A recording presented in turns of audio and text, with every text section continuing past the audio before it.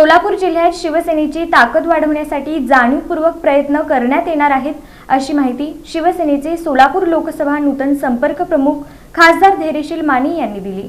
शिवसेना एकनाथ शिंदे पक्षाचे संसदीय उपनेते तथा पक्षाचे सोलापूर लोकसभा नूतन संपर्क प्रमुख खासदार धैर्यशील माने हे सोमवारी सोलापूर दौऱ्यावर होते। SIR संदर्भात शिवसेनेचे पदाधिकारी आणि कार्यकर्त्यांना संबोधित केल्यानंतर त्यांनी पत्रकार परिषद घेतली। यावेळी पत्रकारांनी सामाजिक कार्यकर्त्या अंजली दमानिया यांनी एकनाथ शिंदे यांचे अशोक खरात यांच्याशी संबंध असल्याबद्दल केलेल्या आरोपाबद्दल विचारला असता खासदार धैर्यशील माने म्हणाले की उपमुख्यमंत्री एकनाथ शिंदे हे थोतांडाला कधीच बळी पडत नाहीत, ते निष्कलंक व्यक्तिमत्व आहेत। असं असताना त्यांचा संबंध भोंदूबाबा अशोक खरात याच्याशी जोडून बदनामी करू इच्छिणाऱ्यांना शिवसेना स्टाईलनं जशास तसं उत्तर देऊ।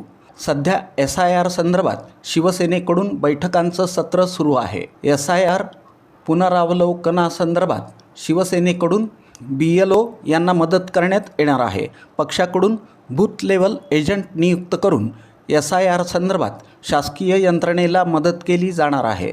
महाराष्ट्रात महिनाभर SIR संदर्भातील काम चालणार आहे। SIR संदर्भात लोकांना येणाऱ्या अडचणी सोडवण्याचा प्रयत्न राहील।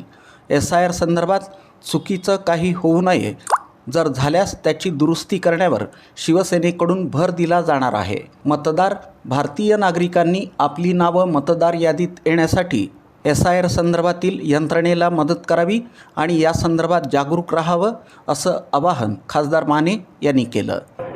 शिवसेना पक्षाच्या वतीनं आमचे नेते एकनाथजी शिंदेसाहेब, श्रीकांतजी शिंदेसाहेब यांच्या मार्गदर्शनाखाली संपूर्ण राज्यामध्ये या ठिकाणी ही मोहीम चालू होत असताना सोलापूर जिल्ह्याची जबाबदारी लोकसभेची माझ्यावर त्या ठिकाणी सोपवण्यात आली आणि आज सर्व जिल्हा प्रमुख, तालुका प्रमुख, उपजिल्हा प्रमुख, आदरणीय माजी मंत्री महोदय यांच्या समवेत आम्ही या ठिकाणी सर्व आढावा घेतला, सूचना केल्या आणि येणाऱ्या काळामध्ये कोल्हापूर जिल्हा ज्या पद्धतीनं आम्ही 5 आमदार तिथपर्यंत आणून पोहोचवले, तसं सोलापूर जिल्ह्यामध्ये एकेकाळी 5 आमदार शिवसेना पक्षाचे त्या ठिकाणी होते। परत एकदा पक्षाच्या माध्यमातून ग्रामपंचायतपासून लोकसभेपर्यंतच्या इलेक्शनमध्ये सर्व पक्षाच्या केडरला बळकटी देण्यासाठी आणि लोकशाही सक्षम करण्यासाठी म्हणून आम्ही सर्वजण या ठिकाणी एकत्रपणे काम करतोय। आजची ही प्राथमिक बैठक पहिल्या दिवशीची त्या ठिकाणी झाली। 1 महिन्याच्या कालावधीमध्ये आपल्याला 1000 मतामागे 1 BLA आम्ही या ठिकाणी पक्षाच्या वतीनं नेमत आहोत, ज्याचा काम खऱ्या अर्थानं पक्षाचं आम्ही त्यांना सांगितलं आहे आणि येणाऱ्या काळामध्ये लोकांना कुठे अडचणी येईल तिथं आमचा पक्षाचा पदाधिकारी त्यांच्या मदतीसाठी त्यांना या ठिकाणी उपलब्ध होईल। लोकसभा आणि विधानसभा निवडणुकीत भाजप समवेत शिवसेनेची युती होती, पण स्थानिक स्वराज्य संस्थांच्या निवडणुकीत कार्यकर्त्यांच्या भावना तसंच स्थानिक परिस्थिती पाहून निर्णय घेण्यात येणार आहे, असंही ते म्हणाले। बारामती विधानसभा पोटनिवडणुकीत काँग्रेसनं उमेदवार देण्याचा निर्णय घेतला आहे।